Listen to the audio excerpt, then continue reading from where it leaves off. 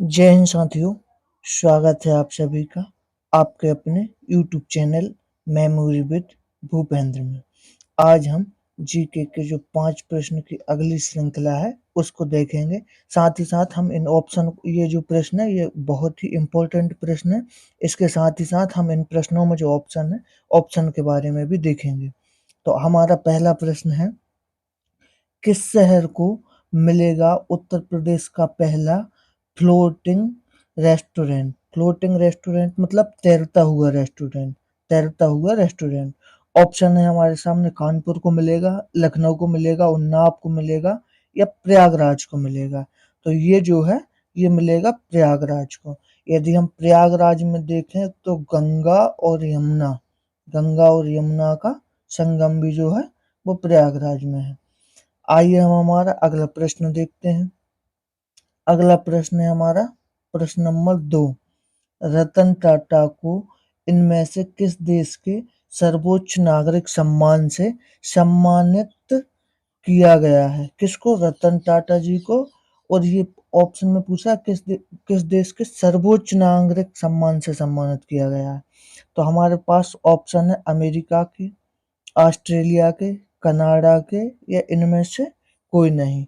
तो ऑस्ट्रेलिया के सर्वोच्च नागरिक सम्मान से, ऑस्ट्रेलिया के जो है सर्वोच्च नागरिक सम्मान से रतन टाटा जी को सम्मानित किया गया है। यदि हम ऑस्ट्रेलिया की राजधानी देखें तो राजधानी है कैनबरा। राजधानी क्या है? कैनबरा। ऑस्ट्रेलिया की राजधानी कैनबरा। आइए हम हमारा अगला प्रश्न देखते हैं। अगला प्रश्न प्रश्न नंबर 3। निम्नलिखित में से किसे पहाड़ों की रानी कहा जाता है? क्या कहा जाता है? पहाड़ों की रानी। मसूरी को कहा जाता है, नैनीताल को कहा जाता है, अल्मोड़ा को कहा जाता है, धनौल्टी को कहा जाता है। तो पहली चीज तो ये चारों हिल स्टेशन है और चारों हिल स्टेशन जो है ये उत्तराखंड राज्य के हैं। ये उत्तराखंड राज्य के हैं चारों हिल स्टेशन। और या अब यदि हम पहाड़ों की रानी देखें, क्या पहाड़ों की रानी, तो पहाड़ों की रानी जो है मसूरी को कहा जाता है। पहाड़ों की रानी मसूरी को कहा जाता है। आइए अब हम हमारा अगला प्रश्न देखें। अगला प्रश्न है हमारा प्रश्न नंबर 4।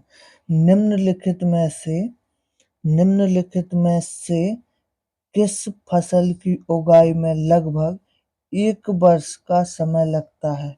इनमें से ये जो फसल है इनमें से ऐसी कौन सी फसल है जिसकी उगाई में लगभग 1 वर्ष का समय लगता है?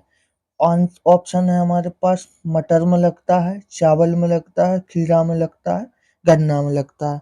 तो आप सभी जानते हैं कि गन्ना में लगभग 1 वर्ष का समय गन्ना की उगाई में लगता है। और गन्ना जो है वो नगदी की फसल है। गन्ना की फसल जो है वो नगदी की फसल है। आइए हम हमारा अगला प्रश्न देखते हैं। अगला प्रश्न है हमारा प्रश्न संख्या 5।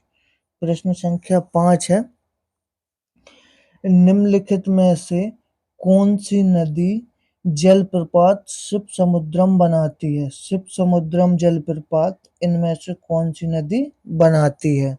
ऑप्शन है हमारे सामने, कावेरी बनाती है, गोदावरी बनाती है, महानदी बनाती है या नर्मदा नदी बनाती है।